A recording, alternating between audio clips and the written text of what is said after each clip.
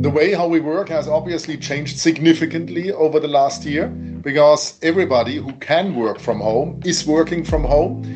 We don't believe at all that this will be the death of the office, but it's going to be very interesting to see what the office of the future will look like. Obviously, the conversation changed when COVID hit us. On the one hand, it was instantly decided that, hey, let's stay home. But on the other hand, people started to recognize that at a certain point in time, we need to get back to the office. Having access to office space where you can meet people is absolutely key for innovation. One day you might be working with one team, another day with another team, and that's why office space needs to adapt to that flexible, agile approach. If we need people to come together in the office, how do we then change the space for them to work more effectively and collaborate more effectively? So we're not stuck with regimented lines of desks as a way of thinking and create a much more flexible environment. The office of the future will be mainly a place where people meet, where they have whiteboarding sessions, collaboration sessions, drive innovation together, and a lot of the work which you can do alone will be done at home. With the whole expectation that people will continue to work from home and go less to the office, capacity management of the office will become important. How many people go to the office, what type of resources are being used, like desks, rooms, parking lots maybe. That's why we introduced, even before the pandemic, an office booking system.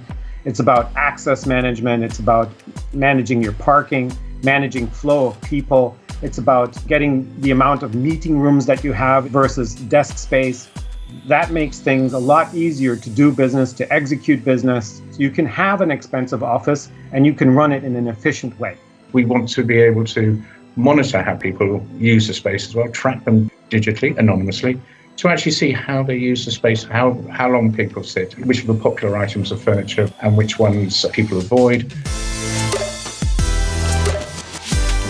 So you stick a sensor under the desk or in a room and you verify what the measures are. So the real-time data is basically the key because it drives your own decision-making as a user, whether or not to go to the office, whether or not my colleagues will come in the office either today or tomorrow. And then from a management perspective, this type of information helps you to start reorganizing, but also you can digitally block seats so that social distancing is still feasible. We also wanted to look at how we could help people with their well-being by monitoring humidity, CO2 levels, temperature, creating a more comfortable environment. By enhancing the environmental factors around people, you make them feel better, so you potentially make them more productive.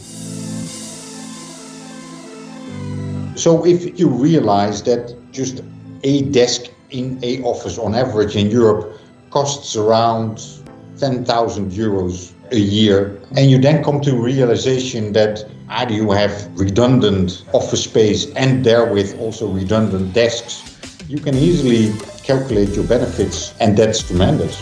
We are very keen to take buildings to be more proactive, creating that almost Alexa experience of being able just to get the building to work seamlessly and adjust itself accordingly.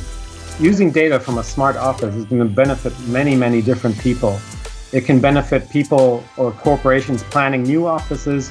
It can benefit metropolitan areas to get the planning of cities right. There are a myriad of different applications for the data coming out of the smart office of the future.